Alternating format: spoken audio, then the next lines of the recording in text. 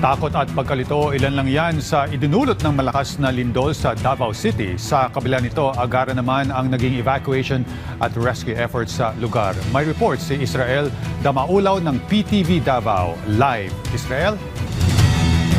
Jay, ang ganda inaksyonan ng lokal na pamahalaan ng Davao City ang nangyaring lindol ngayong araw, pasado alas 9 at mga aftershocks Oktubre Gs ngayong taon.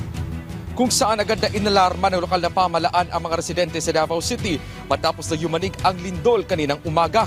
Nagsagawa agad ng rapid assessment ang Davao City Disaster Risk Reduction Management Office kasama ang City Health Office, City Engineers Office at Office of the City Building Official para sa agarang aksyon na masuri ang mga lugar na apektado ng lindol dito sa Davao City. Patuloy rin ang close monitoring ng CDRMO sa mga coastal areas at pagkokoordina sa iba pang mga ahensya para masiguro ang kaligtasan sa mga posibleng aftershocks. Kinansela rin ng lokal na pamahalaan ang lahat ng antas ng eskwelahan maging ang mga trabaho sa lungsod. Agad ding inaksyonan ng Bureau of Fire Protection con BFP Davao sa kanilang Special Rescue Force para sa isang chemical spill na nangyari sa isang eskwelahan sa Davao City. Nirescue din ng BFP ang mga individual na naapektuhan sa naturang lindol sa mga eskwelahan sa Santa Cruz, Davao City, kung saan agarang inilikas para sa kanilang kaligtasan. Pagkatapos ng lindol ay nagsagawa ng Post-Earthquake Structural Survey ang Davao City Police Office o DCPO gamit ang drone technology. Ito ay upang maisagawa ang komprehensibong inspeksyon sa mga kritikal na mga infrastruktura, commercial establishments at residential areas. Upang matuntun rin ang mga nasira mga gusali maging ang mga bahay at iba pa.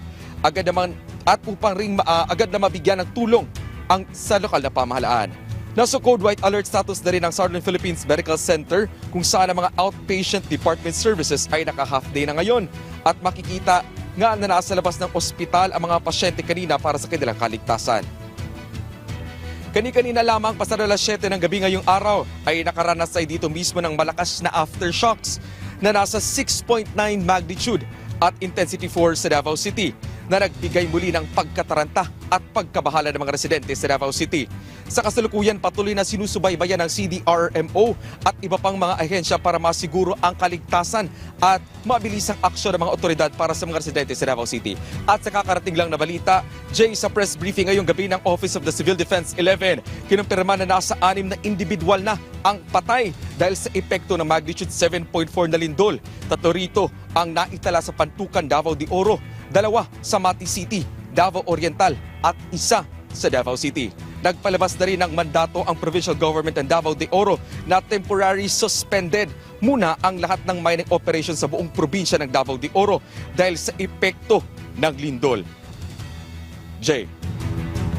Maraming salamat, Israel Damaulaw ng PTV Davao.